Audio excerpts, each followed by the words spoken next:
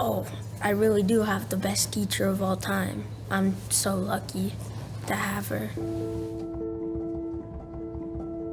As she's teaching in class, she is just full of life, and she's hilarious in all of her explanations for kids. And she just has this way of connecting and relating to them that just causes them to be so full of just laughter and joy. But that's not the best part. The best part is just that because of that, they are in this environment in their classroom where they aren't afraid to make mistakes or share their thinking, or they, are comfortable talking about, I thought of it this way or I thought of it that way whenever they're solving math problems. And so it really creates an environment where they're just all around learning, even though they just think that they're talking with their friends or their teacher. Just like everything, because she hits like all the right points for being like the best math teacher ever. Like, she takes her time with us. She really goes through all the steps with us to put us there at success.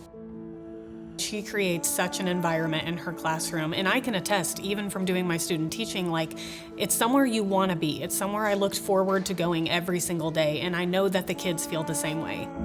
I tell my students, I struggled with math so much, and I want the students that I have in my class not to have those same struggles. And I don't want to see the tears in their eyes that I had. I don't want that. And so whatever I can do to help them learn math, I'm going to do it.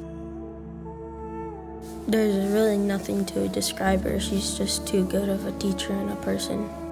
So I started in law, actually. For 17 years, I helped the adults. I just remember this one specific day in our office, all these kids came in just straggling along with their parents, and they were just staring at me, and their little hands were on my counter, and I was just playing with them, and the parents were kind of yelling at him to get back over, and I'm just like, I'm in the wrong thing.